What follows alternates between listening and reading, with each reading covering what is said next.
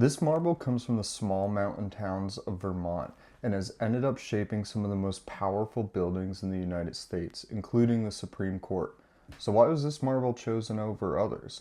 Well, today on Stones of America, we're diving into the geology, history, and modern applications of Vermont marble, one of the most iconic building stones from America.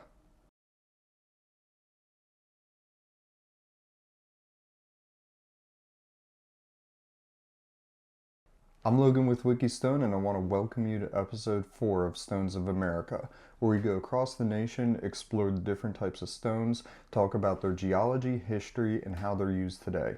On today's episode, we're going to be talking all about Vermont marble, so let's get right into the geology of it.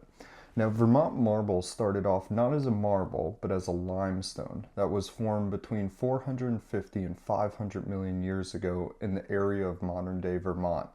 At the time, there was a shallow tropical sea, and sediment was getting deposited in that sea. Now, this formed thick layers that got compressed down and formed a very pure limestone.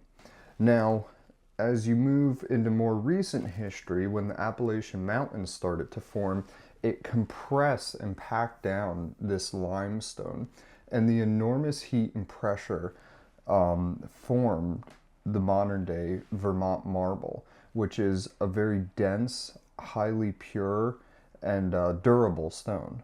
Now that's a good segue into the history of Vermont marble. By the mid 1800s, people started to realize that this was a special stone. Not only was it extremely durable and strong, but it was workable, it took a polish very well, and it stood out for its consistency. So it started to be used in buildings like the U.S. Supreme Court, later on the Lincoln Memorial, but many other iconic structures around Washington, D.C., and various other state capitals. Now, as far as the quarrying goes, those quarries did open up in the 1800s, mid 1800s, but by the late 1800s, the industry really was booming.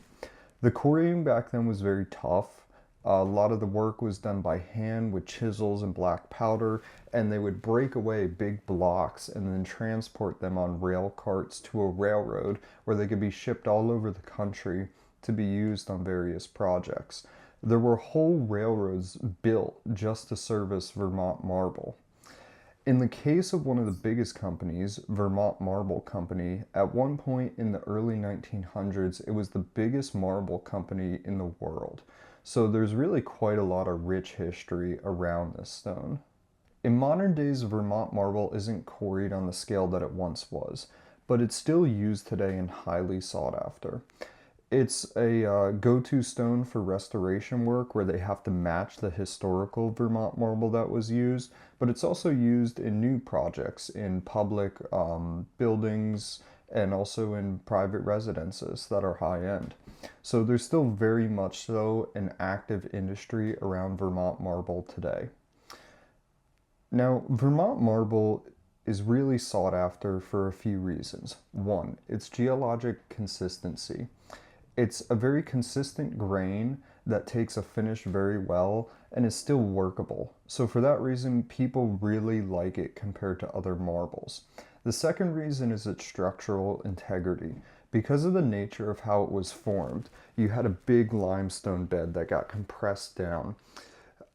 It's very consistent and you don't get a lot of fractures going through it. So compared to a lot of other marbles, it's very durable. It doesn't fall apart.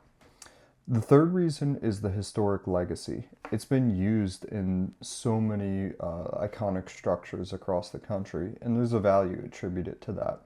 And finally, its symbolic value. This is a true classic American stone. It is used in so many structures across the country and the world, and it comes from the little towns of Vermont. So there's a true sense of American pride in this stone, and that's really what sets it apart from other stones. So thank you for joining us on this episode of Stones of America, where we explored Vermont marble. I hope that you learned something and found it educational. If there's anywhere that you would like us to go and explore a stone, let us know. I'm more than happy to do the research, and if there's some cool ideas out there, I ask that you share them because I always love to find out about different stones and explore the geology, history, and modern applications of them. I ask that you like, subscribe, and join us next week. Thank you.